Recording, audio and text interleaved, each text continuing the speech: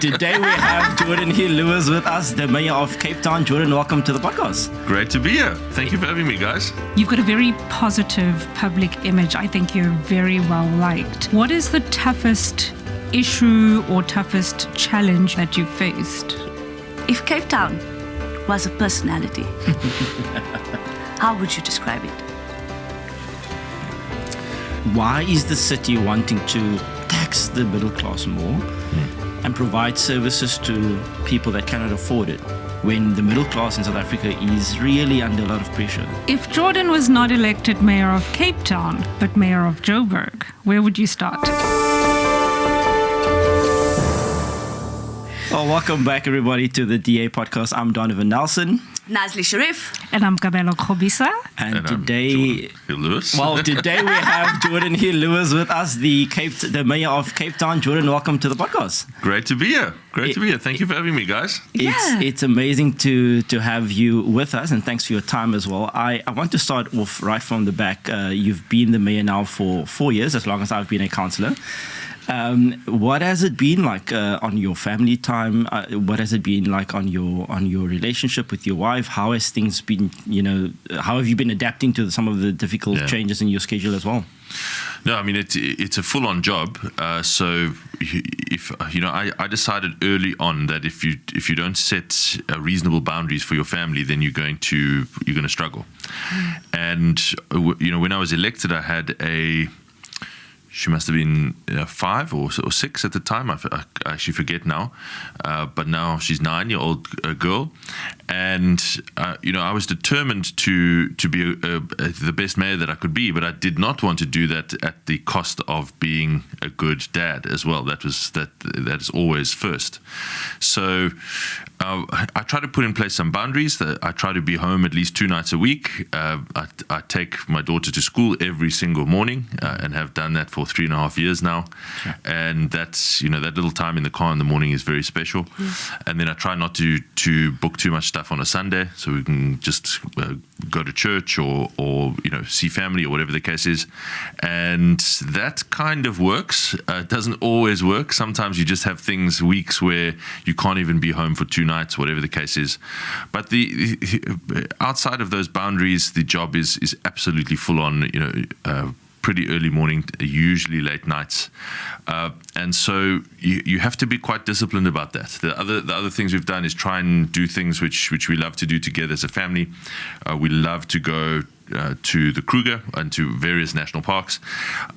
We find it extremely relaxing. We really just love the bushveld. So we do that. Try and find time to read. I find that personally, very kind of spiritually uplifting and restorative. So I must try to carve out the time to read. And all of those things, when you put them in place, those little building blocks, you can have a good and healthy perspective, which is critical to the job. Yeah. Otherwise, it can be too all-consuming. Absolutely. Geordin, tell us about your journey into politics. How did you end up being the mayor of Cape Town? Tell us from the beginning. And as a DASO alumni, yes. I want you to start there. Okay, because that's where we start. Sure. So, I got interested in politics in high school already at Edgemead High. So I actually joined the DA in Matric already. Mm-hmm. And I got interested just, kind of coming to be aware of what was going on in South Africa as an ordinary kid, completely normal that you don't really grow up thinking about what's going on in the society around you.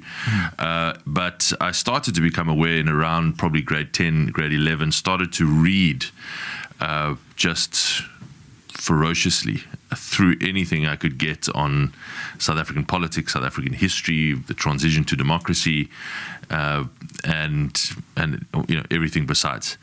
And it was absolutely fascinating. And then I went to varsity at UCT, and I was genuinely quite surprised that this is now 05-06, that there was absolutely no other voice on campus other than the ANC Youth League. And this is like a good 10 or 11 years into our into democracy. No absolutely no other voice. You just got this kind of one-party state on university campuses. And the ANC Youth League was at the time in the guise of this organization called SASCO, but it's basically the same thing. And so I thought, well, we have to start a DA voice on campus. And as a DA supporter, I thought that students would absolutely love that. That would be like hugely welcomed, right? And there was about 20 people at my first meeting, including all my best friends who are forced to be there. That's obligation. So it was a very slow start, and we had to just build it up. But DASO then became an absolute passion. We built it to a winning branch at UCT. I was on the SRC, ran a whole lot of other campaigns that we then eventually won, and then started building them on other branches. I think by the time I graduated, there were 12 branches around the country. And it was great fun. That was the first real introduction to student politics. Yeah. And student politics, I still think, is just a brilliant, brilliant training ground and proving ground. On another level.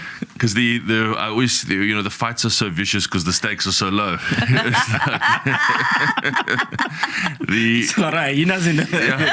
A wildlife example. So you can really learn a lot. And I made some great friends there across the aisle, by the way, that I'm still friends with today. In the Youth League and other organizations. And so it was just a really, really great. Then while I was there was this person that I'd kind of heard of but never had much interaction with, called Helen Zille.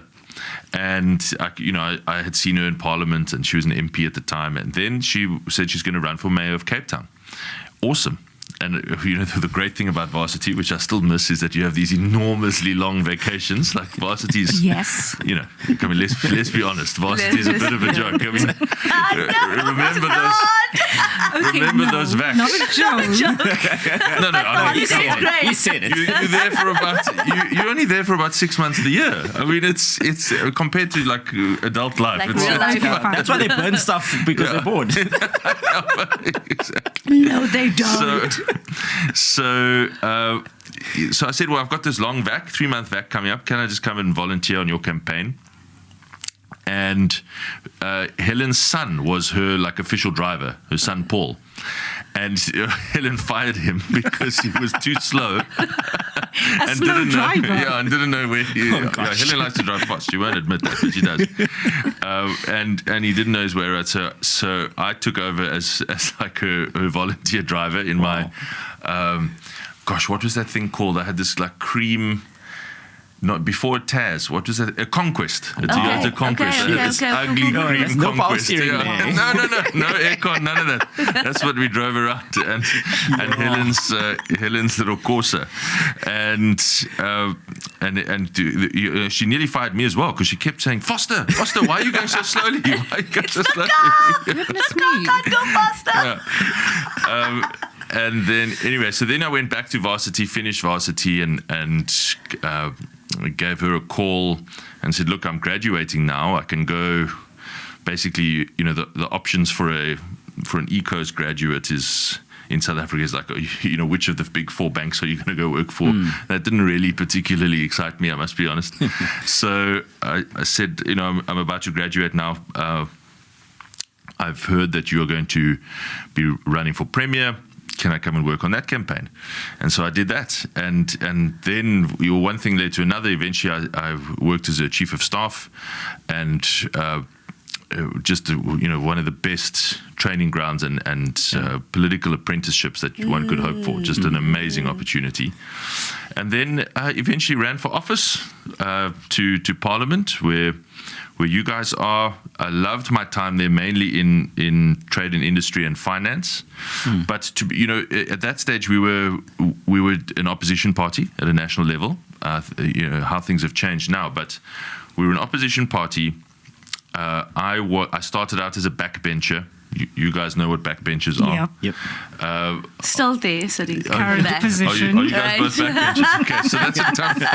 So maybe we just explain for the audience. Like a backbencher, it's the name says it all. You literally sit at the back. Yes. And you don't say much. I've got a big booming voice, so at least I could heckle, but that's about it. Same. Heckling is so fun. You get to talk very seldom, and then slowly but surely you move your way forward to, and that can take forever. You move your way forward to the front bench, and eventually I was the Shadow Minister for Finance, but still, there is a limit to what you can actually get done in the real world, because Parliament is a chamber of debate, and committees are a place of debate and oversight. Yeah. So there's a lot of fun that you can have, and don't get me wrong, there's very, very important, great work there. But I felt like at that time of my life, things were going really badly in South Africa. The country was on a very dangerous trajectory. I had to do something more that gave me a sense of kind of action and impact. And so I decided, the wheels started to turn, and I decided, you know what, I'm either going to go and try my hand at something else in life, because there's a lot of great things to do, or I'm going to try and go into government. And that's when I decided to run for mayor. Sure. Yeah. And how was that campaign? Like, do you enjoy that the campaign is great. campaigning aspect I love of it. politics? No, that's how I know I'm a dyed-in-the-wool, political animal. Yeah. I love campaigns. Goodness I love me. it. It is such a rush, and I get this post-campaign blues. Post-campaign blues that last for months afterwards. I've known that for ages, since my first campaign. I missed that adrenaline. So the campaign was hectic. It was brutal. I mean, firstly, for those watching, we have an internal. If you're not in the DA, you might not know, but we have an internal, basically like a competitive primary election, Yes. which was hectic. Really hectic, and I knew that not a huge number of people knew who I was, and it was a bit of a kind of left field. Who's this guy that we've kind of never heard of with this very weird sounding name that's he wants to be the mayor. So I knew that the only way that I could basically get that right was to run a absolutely full-on public campaign, and basically disregard all of the polite conventions about internal primaries. Just go for it, and that's what I did. And so that was full-on. Then we had to run the actual election, which was also full-on, and then you get absolutely not a minute to breathe, because when you win an election, it is straight into 100%. Straight into an avalanche of content and problems and issues and decisions that you have to do in government. And of course, our colleagues have found that multiplied by 10 in the GNU. Talking about your campaigning and being people-centered, even when you're not campaigning, you're still very people-centered. And one of my favorite things that you do is you call into radio, like randomly, and you speak to people, and you speak about rugby, and you speak about all these normal things. And I think that's something that sets you apart from other mayors, is that you at least to me, you didn't take that mayorship and have it like an ego. You're still very much a people person centered around people. It's honestly the best part of the job, and it's I hope the reason for the job is people. I do this because I love people. I'm genuinely interested in them and in what's going on in their lives. Every person, you can sometimes meet the most stiff and apparently dry person, but within 5 minutes of a proper conversation, you can find out that person has a fascinating life. They're going through their own struggles. They have their own anxieties and fears. They, have their own desires for what they want to see for the country. And I just love interacting with people, learning about them, what they're doing, what I can do to try and help. I just find it genuinely fascinating and appreciate them. So that, I think that comes through, and because it is just genuine. It is just exactly who I am. And so I can always feel, I often say this to my wife, I can always feel when I need to just go and see some people. Because when I have a week when I'm too much in the office, I can feel that I get like almost, I get moody and I get short-tempered. I have to go outside and just speak to some people and solve some basic problems. Yeah. And I promise you, the amount of encouragement that you get, like if I can just help you solve this one problem, move this thing from there to there, it's such a tiny thing. Whatever this fixing your one little individual street light that's on the blink or whatever, you get energy and motivation and momentum from that, and then that gives you what you need, the kind of internal momentum and motivation to do the much bigger things as well. So for me, it's actually an essential part of the job. Yeah. So just follow up. So do you just listen to the radio randomly and then just call in?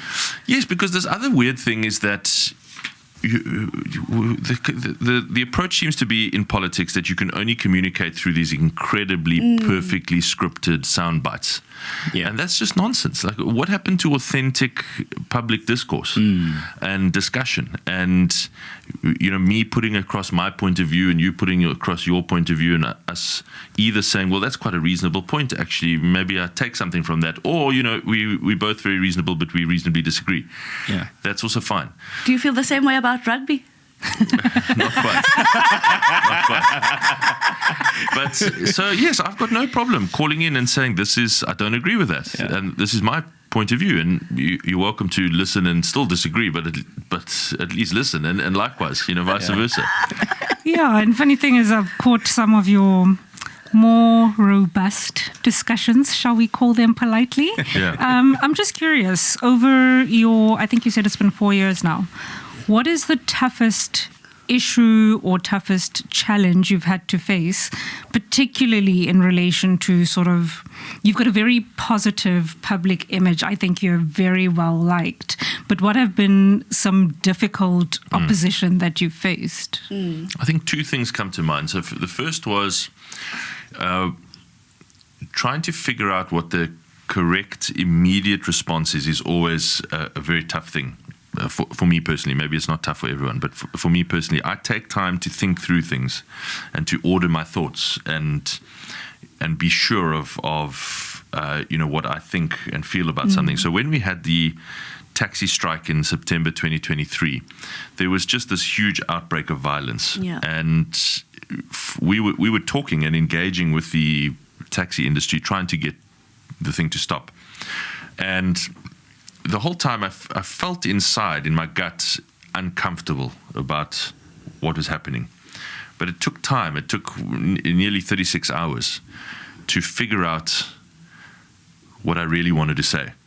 And only on the Friday night, I'll never forget, as long as I live, I'll never forget exactly where I was when I got the call on Friday night that one of our law enforcement officers had been murdered by a taxi hitman.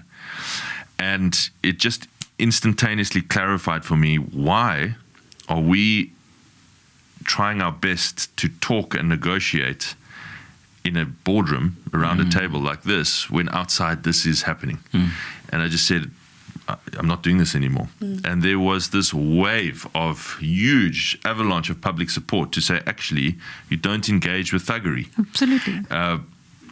And so it's it's all well and good to know how to respond when you've got all the time in the world, but the pressure of the job requires sometimes that you've got to try and get to that essence, that gut instinct really quickly, and that's tough. It's not easy.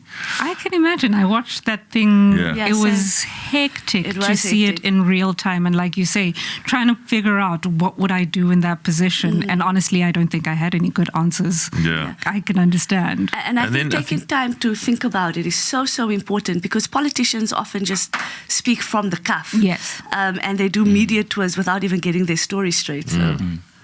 The second thing I think is the budget process that we've just been through. It's been a controversial budget in the city, mainly because the city has to fund enormous infrastructure investment. The central reason, if you're watching this from elsewhere in the country, the central reason most South African municipalities are in the crisis that they are, where everything is breaking, services are breaking, water's breaking, whatever, is because they are not investing in the basic infrastructure, the building block infrastructure that makes cities work and towns work. And the stats are shocking. I won't go into that, but we've got to invest a lot more. And the truth is, Cape Town has always invested more, but still not fast enough to keep up with the growth of the city. So our infrastructure is also under tremendous pressure, even if we are still, head and shoulders above, but still pressure. So the public, unfortunately, I think paying money to any government is kind of like a grudge purchase for most people. Yeah. So when you say we've got to have all this infrastructure, almost everyone agrees with that. When you say now we have to pay for it, then it becomes a much more difficult discussion. Thing, yeah. So that has been it's been a controversial couple of months, or a stressful couple of months. But I'm absolutely, what gives me confidence is I'm absolutely certain of the fact that it is the right thing to do to fund this investment. The city will be much better off for everyone after all of this infrastructure is built and paid for. And it will continue to work for many years, decades to come as a result of it. Yeah. So the benefits will be there for everyone, and it's worth doing. So there, it's an example of where you've got to kind of listen, because we had to listen and readjust in the process. But you also have to be quite sure of what you want to achieve and stick to your guns. Let me play devil's advocate for a second, Geordin. So, why is the city wanting to tax the middle class more and provide services to people that cannot afford it, when the middle class in South Africa is really under a lot of pressure? I mean, we had, just before the podcast, a discussion on medical aid. We have to put petrol in our cars. We have to make sure our children go to good schools. So why does the city now come and say, well, I'm going to tax you actually more to provide more services to poorer communities? So the core problem is that the middle class in South Africa is far too small, which is why, again, the government of national unity is so important, and the mission of our representatives in the government of national unity is so important, because we have to grow the South African economy so that the middle class can grow, so there's more resources for everyone, and so that we can do many more things with those resources. But at the moment, we face a simple choice. There's until such time as the economy grows, we can't just sit back and say, well, sit on our hands and say, well, these things are too difficult. We'll just have to wait for some solution. Yeah. You have to do something, and the choice you face is: are you going to allow the city to follow the same path as other cities? Are you going to allow an increasing unbearable pressure on our infrastructure grids to the point where they break? They are not there yet. Yeah. But we've seen literally just how they get there. Just a few years down the line, what they could be. If you don't pay attention to them. So we can choose to do that, or we can say we're going to do something now. We might not be able to do everything that we need, but we have to do something. We have to invest. We have to build. We have to grow, and that all of us benefit. This is the argument we have to try to get across. Everyone benefits when society works for everyone. For the middle class and the well-off, we benefit from social stability. We have a good place to live, a good place to raise kids. You can build businesses that can grow. Yeah. And of course, it's obviously better for the poor to have better infrastructure, better services. They benefit from a better quality of life and better opportunities in life. So everyone benefits when South Africa works. Yeah. No one benefits when South Africa is broken. And the same is true of a city as well. Yeah. So we should not ever allow that to happen. The question is, if we say we are not going to allow that to happen, then we have to say, how do we make sure it does not happen? We all have to share that burden, and get it done. And so we got to just carry on making that case. And an analogy you shared with us was that you can choose to not kick the can down the road and say, we'll worry about this in outer years. But then the financial burden is even greater. Because it will obviously be more expensive, first of all.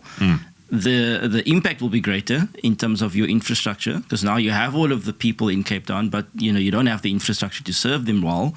And then that will become a bigger burden for the ratepayers. And which ratepayers? It's going to be a bigger burden for today's youth who are the the ratepayers of tomorrow. They're going to have to pick up that tab, and it's going to be a much, much bigger tab. So what we are doing is basically burdening our own kids' generation with trying to fix these things. Look at Joburg today.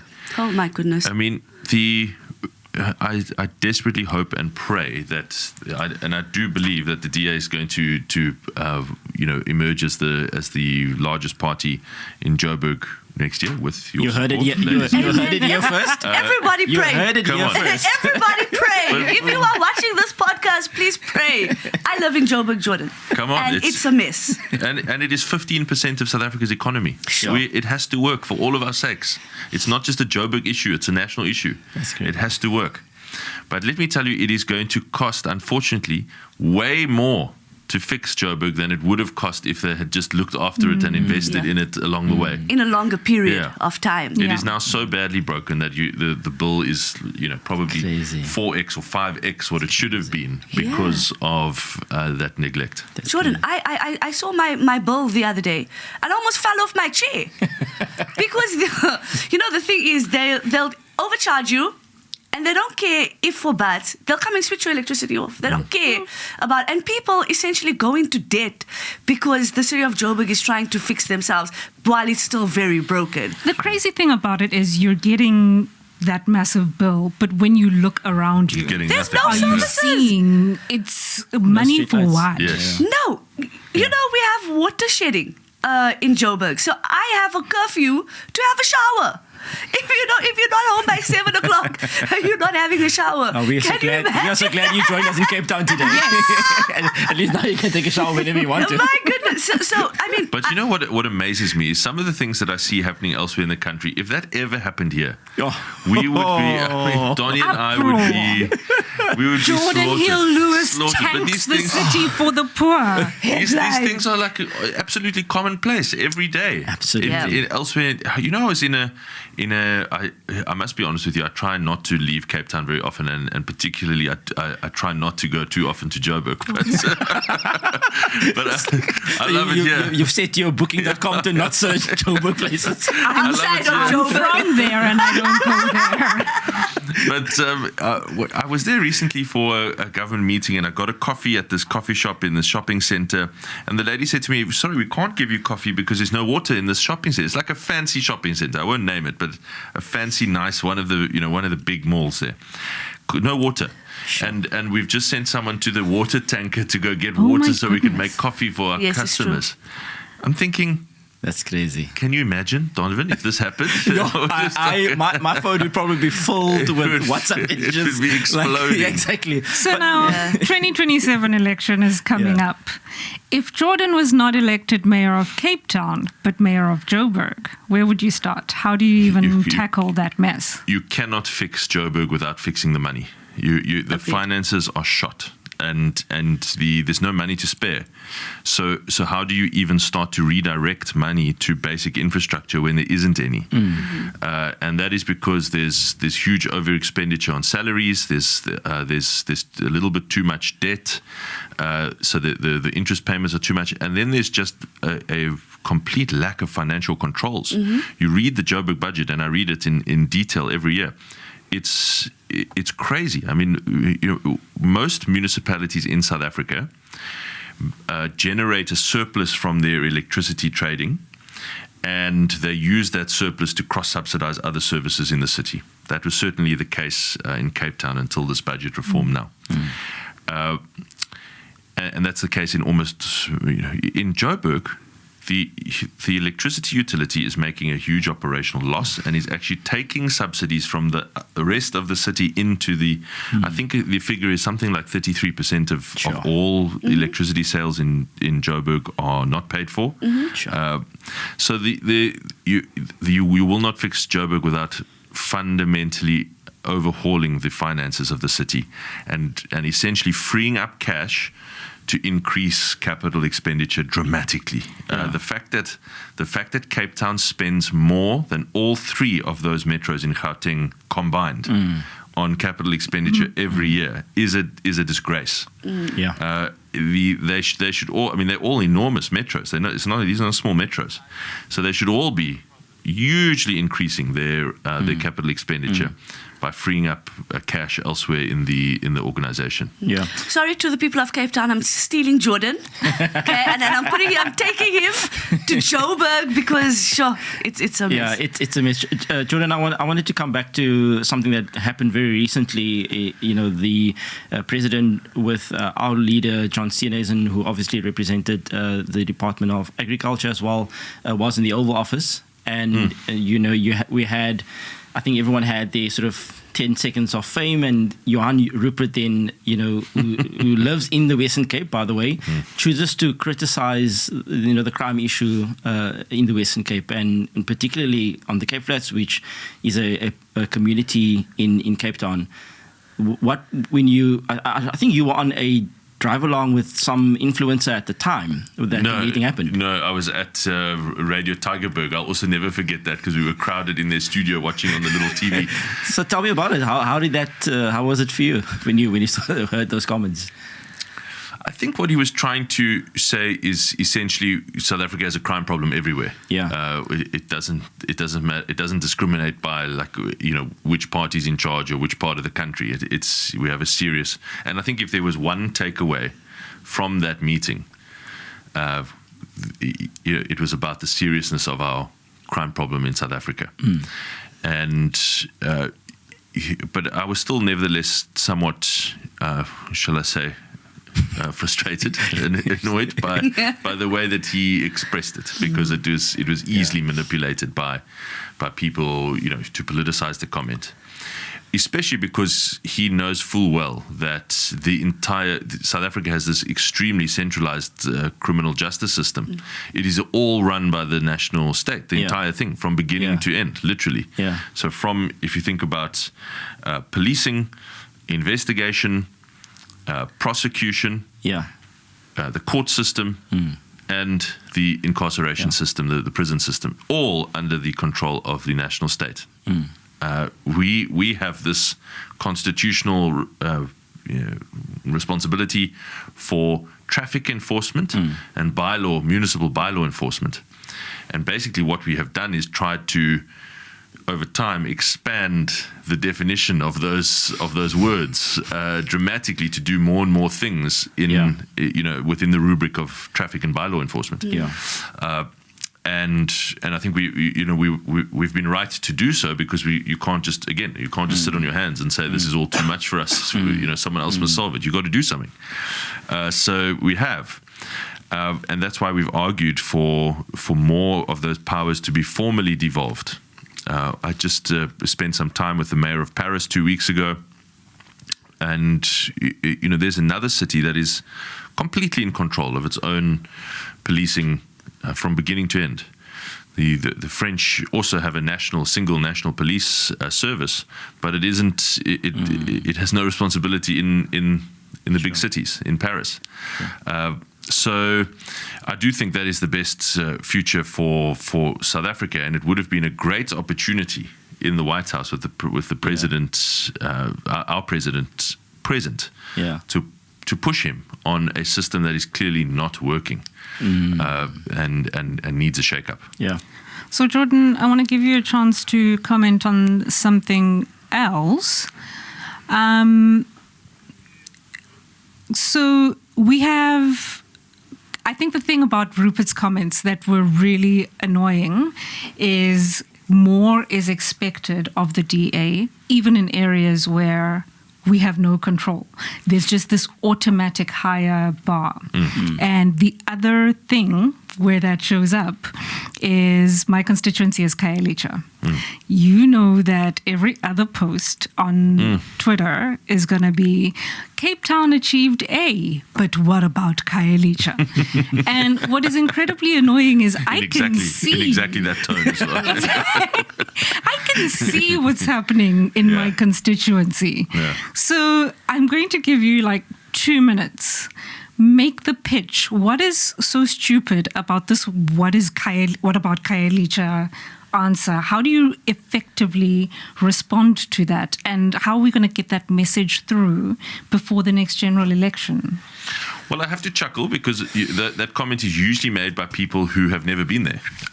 Because if they did spend any significant amount of time in Cape Town's townships, they would see the amount of development for themselves. So they don't need me to convince them of that. They just need to get off their keyboard and into their car and go there and spend some time, as we all do.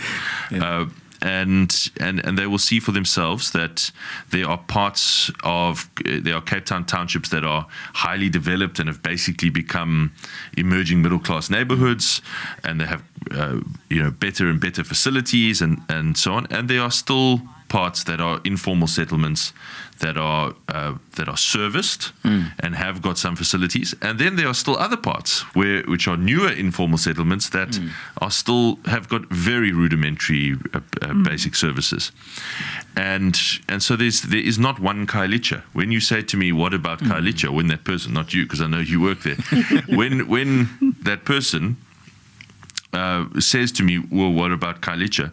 I know that they don't know what they're talking about, because there is no one Khalicha. There's a huge spectrum. There's from the most difficult living circumstances and informality to very highly developed emerging middle class neighborhoods, all in one space, and that is true of most of the major townships across Cape Town.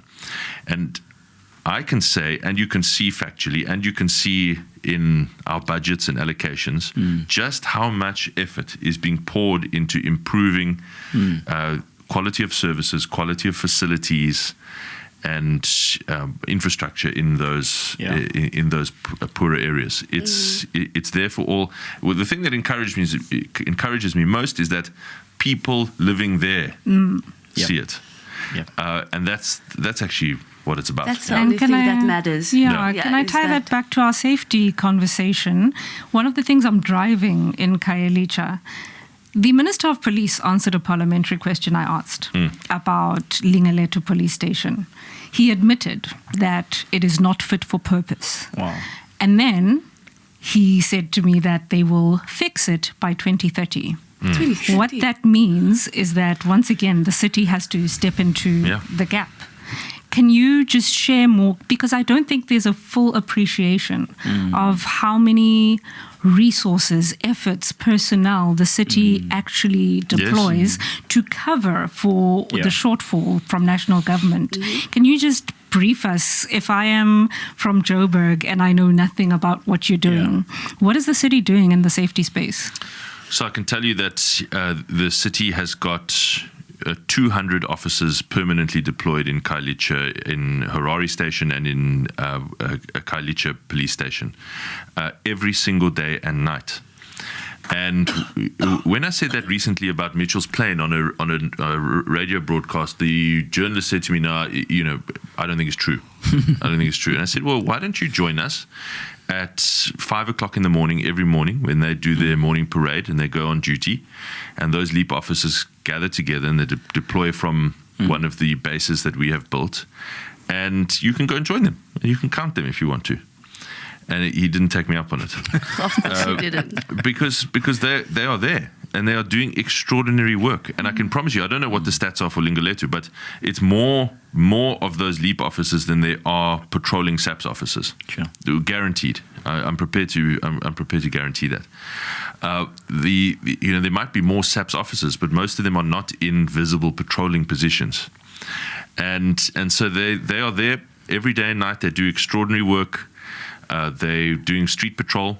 What our officers generally do is fairly, that foundation of policing, visible street patrol. Walk around, drive around, see suspicious stuff, do something about it. It really is as simple as that. And be visible, be there. And they do amazing stuff. 1,672 illegal weapons confiscated off of the streets, just in those 6 areas where those LEAP officers are deployed over the last two years. Wow. They get a huge number of drug arrests and what do you call it, warrant executions and so on. They're doing good work.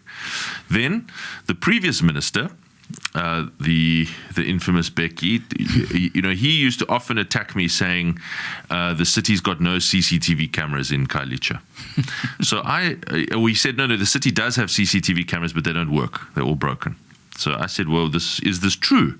And every Monday morning, I can show you the email. Every Monday morning, I now get an email giving me the operational status update of every camera that we have in Khalicha. And, every week it hovers at around 93% functionality. So, when there's some that get broken or the cables get stolen, whatever, they get repaired, very quickly. So we have got the CCTV presence. We've got the LEAP officer presence, and we've got the technology presence increasingly through things like ShotSpotter and so on. So we're doing a lot of policing in that neighborhood. I'd love to do much more, but that is obviously a resource question. Just a quick question: what are LEAP officers, It's Geordin? And I'm asking because in Gauteng we have amapanyazas. It's not that. Right? Listen to how everybody laughs. Listen, I hope you're hearing this. And they don't do anything. They just drive big fancy BMWs. Yeah. They don't have any powers. They're in their green. People call them the green beans. Can you tell us what are LEAP officers and how do they? What sets them apart to the amapanyazas, for example? Maybe explain us all ShotSpotter as well. Yeah, sure.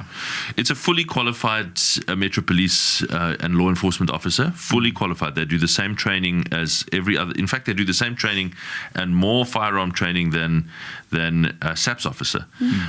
And they are absolutely brilliant officers because that's all they do all day and night is that, street patrol. They deal with hectic stuff. So they get on-the-job training that most officers in South Africa do not get because they're sitting behind desks and so on. So they are actually some of our top-performing officers. And you really don't want to mess with them. It's a program that is partially funded by the Western Cape government, by Premier Alan Winde, and partially funded by the city. So that's why it has its own separate name, because those particular officers are not just doing all the other stuff that Metro Police and law enforcement officers do.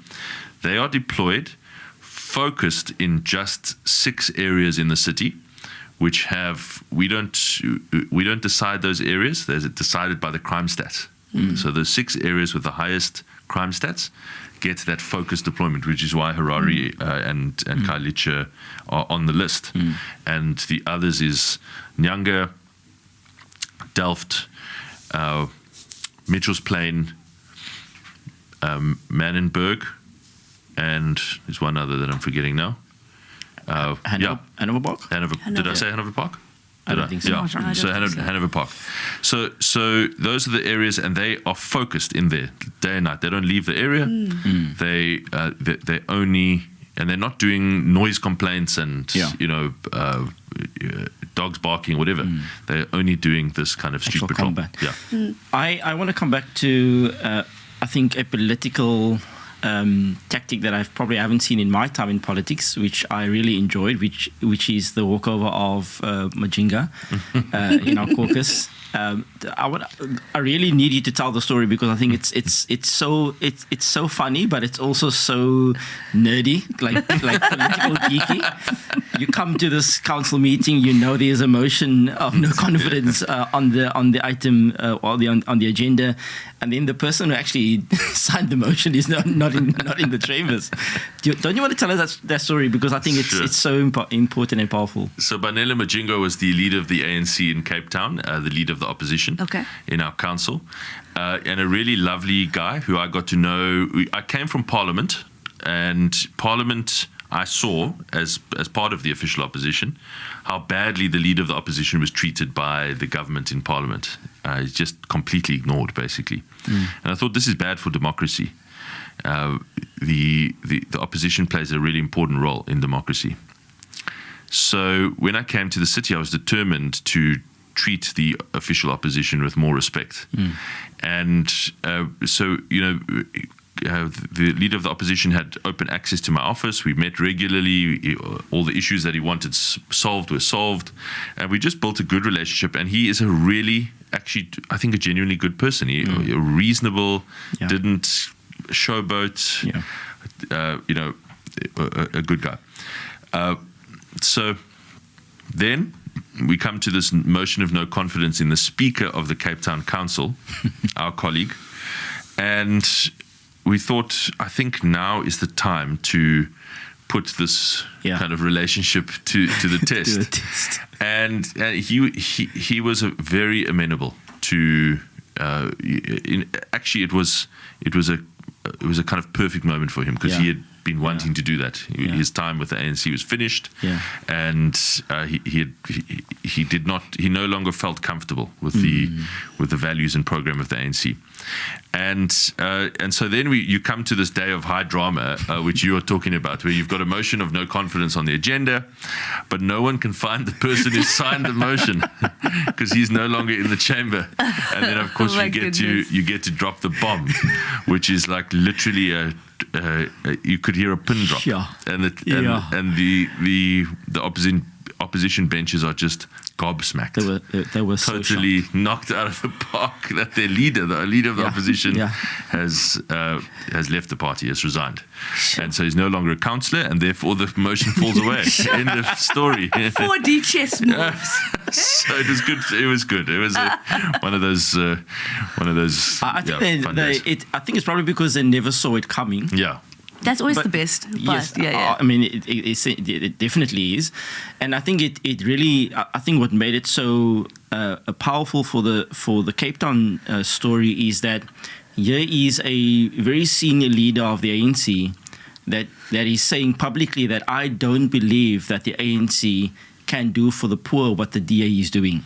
Yeah, that was so important part of what he said publicly, is that he has seen the efforts that we are making. Not that everything is right, but he can see the efforts that we're making for poor and obviously mainly black residents, and that was very heartwarming. I really appreciated him saying that, because it goes to the question you were asking earlier about Khalicha. Yeah, so I get the sense that in between trying to drive a conquest very fast and try and get Helen to her appointments, and being raised by a mother that is a nurse, you have a sense of deeper purpose. And I've always heard you say this. I mean, the first time I think you addressed us as a Cape Town caucus, you spoke about serving with a deeper purpose. And I've really tried to apply that to my own life and I think journey in politics. But what does that mean for Geordin Hill-Lewis? Where do you see the future of Cape Town? Where do you see the future of this country and the potential that the story of Cape Town has across other municipalities across in South Africa? Yeah, that's so important for my life. I mean, this is all of our jobs, stressful jobs, take a lot of abuse from the public, and if you're going to stick it out and do something useful for society, you have to be driven by a sense of purpose. Otherwise, you're quickly going to lose heart. So I have a very, very strong sense of purpose, and it's always driven me. And I don't want to be in politics just for kind of comfortable, smooth ride. That would be very sad, because you're not using the opportunity that you have to do something useful for our society. And ultimately, what that purpose is this sense, this feeling that South Africa has deeply and badly underperformed our potential, that we have the potential to be this truly remarkable place, a successful place where people are lifted out of poverty, where people have a chance to get into work and opportunity, where people can live in reasonable safety. All of those things are possible. We know that they're possible because there's so many other places with just as tough a circumstances as we have started with who have done that. There's nothing special about those places. There's nothing extraordinary about those places that we can't replicate. So we have by and large been cursed with bad leadership, and so we have to commit ourselves to, and this is what we encapsulate in this idea of a city of hope, a city that refuses to accept the failure that you see elsewhere in the country, that says actively we will be different, that refuses to accept that standards have to be so low in the public sector, that actively says we are going to stand for higher standards and reject mediocrity. And that says, despite all of these enormous difficulties which we have, we are not simply going to sit on our hands and say, this is just all too much for us. We're going to do something about it, do something with what we have and where we are. And that if we do that, we can give people a sense of hope for the future. That our future is not guaranteed to be as underperforming of our potential as it is now. And that inspires me a lot still. Yeah, that's so profound. I love it. On a lighter note, if Cape Town was a personality, how would you describe it? Sure. Very good question. Sometimes cantankerous. Oh, wow. But with an incredibly funny sense of humor, and ultimately the life of the party. I think that person that you always want to have around, because you know that they're going to lift the spirits of any gathering. They're going to keep everyone laughing, they're the one that everyone wants to be friends with. And good food. They give good food. And good food, exactly. Yeah. And wines. Exactly. And what is our cantankerous lady doing next? Is there anything fun, anything exciting you want to talk to us about? Yes. I'm excited about what's happening in the tourism sector. The sector is growing. It's the only part of the country that is above pre-COVID levels of tourism. Wow. So the rest of the country still has not achieved 2019 levels. Cape Town is well ahead of 2019 levels now. And the amount of jobs growth in that sector is really exciting to see. Then the projects that we are doing at the moment are all starting to come to, as we reach the kind of sharp end of our term of office, are all starting to come to fruition.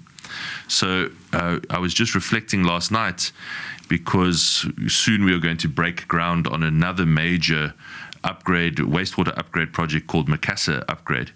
And that will be the very last of all the big projects that we set out to achieve in 2021. That's the last one that is going to start construction. Amazing. Every other one of them is under construction and in flight. So that's a very cool achievement. All the jobs that's bringing to the city. So I think the city's in a good place, and it's only going to get better. I think that success will compound. It's a little bit like compound interest, Yeah. It grows on itself, and that's exciting for the future. That's really remarkable actually to think about, because London Heathrow has been in the planning phase for I think like 18 years or something. Yes. Like a second runway. Yeah. And actually, you can. I really think it also speaks to the point, or to this sort of tension between clean audits and service delivery. There's often the notion that clean audits means nothing to anyone. Actually, in Cape Town, it's the contrary. People can see it, they can feel it, they can experience it. And most importantly, they can go to places in their communities where actually that is happening. And for me, that is something really exciting to see in Cape Town, because that becomes the story of hope for everyone to say, I can actually experience that. I have a last question on my side. 3 places in Cape Town everyone should go and visit, and 3 books that every person should read. Very easy. Both a great question. So personal favorites. So I love the joy of Boulders Beach. I think it's one of the most special places in the world, actually. It is actually one of the... It's one of the only places in the world where you can see a penguin colony inside a major city. I love it. But it is so joyful. Just to see them playing in the water and squeaking and doing the things that penguins do, and there you are swimming in between them, and this one's shooting past you, and it's just it's a remarkable place. I'm not sure that there's many places like it anywhere in the world. I don't think there is. But you have to get there early. That's the tip. On a sunny day, you got to get there early because the beach fills up. Then Cape Point. Let me include as one total the Table Mountain and Cape Point National Park. Got you. Again, such a special place. How many other cities in the world can you think of where there is a huge national park in the heart of a metro city? Yeah, it's insane. It's not a very common thing, and it is just such a cool thing to be able to, like, within half an hour of where you live, or 40 minutes of where you live, you can be in a wild space. I love that idea, and I find it really wonderfully relaxing to be up in the mountain or at the Cape Point. And then third, I would say, I think one of the most remarkable pieces of public facility, or one of the most remarkable public facilities in the whole city, is the Greenpoint Urban Park. And if you go down there with your family on a bright, sunny Saturday morning, you will see the whole city there, from every corner of Cape Town. Absolutely.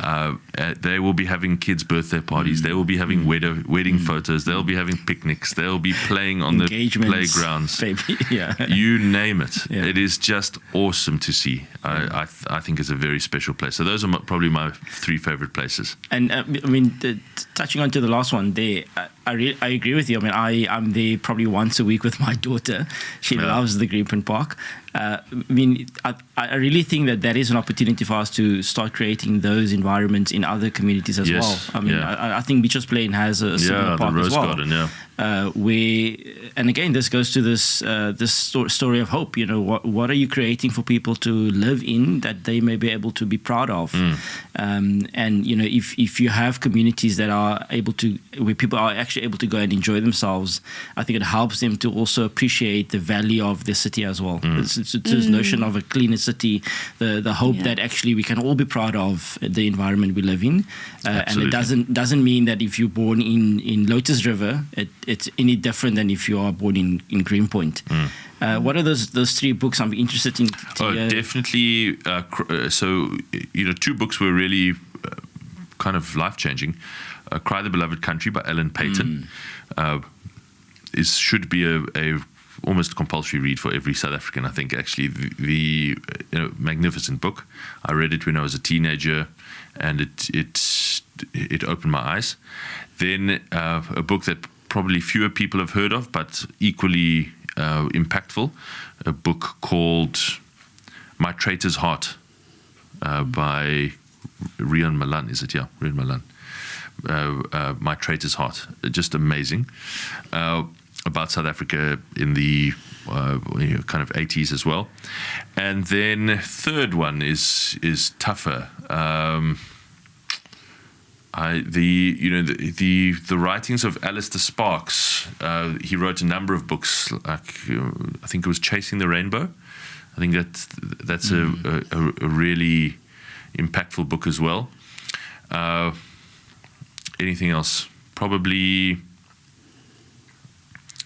a really tough book to read, but this is economics geek, but probably Development is Freedom. Okay. Have you read it? Standard young leaders book that they... so that's not about South Africa, but that's about how to achieve development and social progress. Difficult read. It's a tough read. It is incredibly tough. I want to admit that I didn't get through it. I think that's okay. I'm not sure that I did as well, but the bulk of it and the central message is really important. Yeah. Well, what is the central message? The idea that if you focus on development and essentially growth, that it is absolutely transformative to the quality of people's lives, and improves opportunities, improves health, improves length of life, life expectancy. literally every single human development indicator is lifted by a growing economy and a developing society. And that really should be the focus of your efforts in government. Yeah. So I want to speak about that because in Gauteng, a lot of people come into Gauteng looking for work, but there just isn't enough work. And people in Gauteng, because the GDP is not growing as quick as, people are getting paid, we're getting poorer in Gauteng. And that's a fact. In South Africa.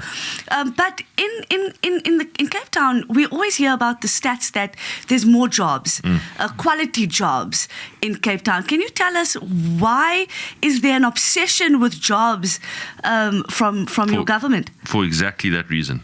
Nothing improves human capital, improves society, solves social issues, solves crime. Nothing does that as well as a job does. Sure. It really is the most important solution. And yes, I mean, Cape Town, for one period at the end of 2024, I think this was quarter 4, created more jobs than all the other cities in South Africa combined. But still, unemployment in Cape Town is 21%. It's 36%, 37% knocking on the door of 37% nationally. It's still way too high. So we've still got work to do. That number has to come further down, and this is why our project to fix Joberg is so important, because it is such a big chunk of the national economy. This is why we have to win in more places, because when we win, we can start to do those basic things that actually enable economic growth. Companies start to feel more confident about the future. They start to invest. That investment begets more investment, and a little bit again, like compound interest, you start to get this momentum that takes on a life of its own, and then eventually, your economy is away and running. And man, it is an impressive thing to see a growing economy. It is such an uplifting thing. You see it a little bit in Cape Town if you drive around. There's a huge number of cranes around that you'll see. Lots of construction. 17% of the national construction industry is now in Cape Town. But I'll tell you where I saw it most when I went to Mumbai, India. A country growing, like last year they grew at 8% and they were disappointed. It was a bad year. It was a bad year. And you stand there and look around, you're like, oh, okay, I get it now. Got you. This is what real growth looks like, because the place is pumping with economic activity, development, jobs, uplifting, whatever the stats are. 400 million people have been lifted out of poverty in the last decade. Wow. That's crazy. Just extraordinary human development on the back of a growing economy. That is why it's so important. It's so important. Are you scared that, or not scared, but do you often think about what if we have to then grow our economy by, let's say, 2%, that we will be able to actually keep up with that pace from a government policy and sort of capacity point of view? No, we will not. But that is much better than the reverse problem which we have now. We're dealing with the problems of failure now. I'd much rather deal with the problems of success. So how do we? Because something I'm thinking about quite a lot is how do smaller municipalities then, actually attract investment with a fraction of the capacity that the city of Cape Town has? Just do the basics. People often debate with me why Cape Town doesn't have a sophisticated sector support program. Why aren't we, subsidizing certain niche sectors? And what is our strategy for robotic biotechnology or whatever. And I always say we have no strategy for that. Our strategy is to do our job, and then like businesses will come, because that's what they want. I do not claim to know anything about those niche industries. Certainly not enough to be able to develop a strategy that's going to set us up as the hub for them globally. Exactly. What I do know is that businesses of every sort require certain basic things in order to function and succeed.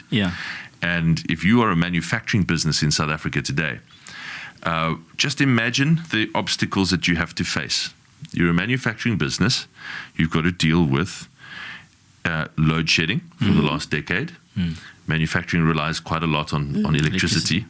Your municipality can't supply water. The roads are crumbling, so you can't get your goods to market. Yep. When you do get your goods to the port doesn't work, so you can't sell your goods globally. Then you've got like this extremely restrictive labor environment. You don't have any say in the what you're able to pay your work. Yeah. So the obstacles are so overwhelming that when you meet a manufacturing business that's actually made a go of it, it's a miracle. It's an economic miracle.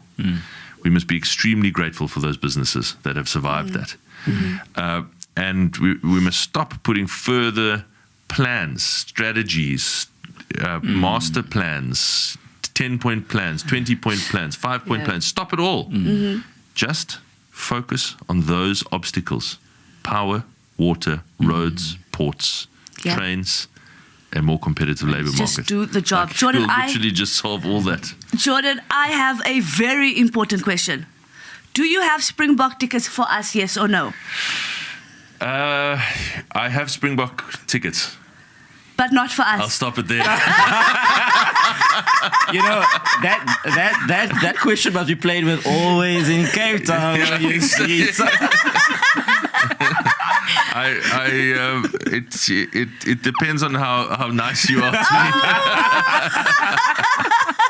I just want to say I stipulated at the start that I'm your biggest fan.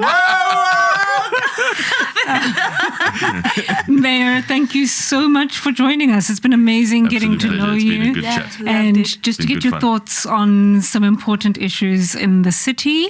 So that is it from our DA podcast, and we will see you next week. Please do like, subscribe, and share. There we go. Comment. There we go. Send it to everybody. All righty. Bye, everybody. Cheers.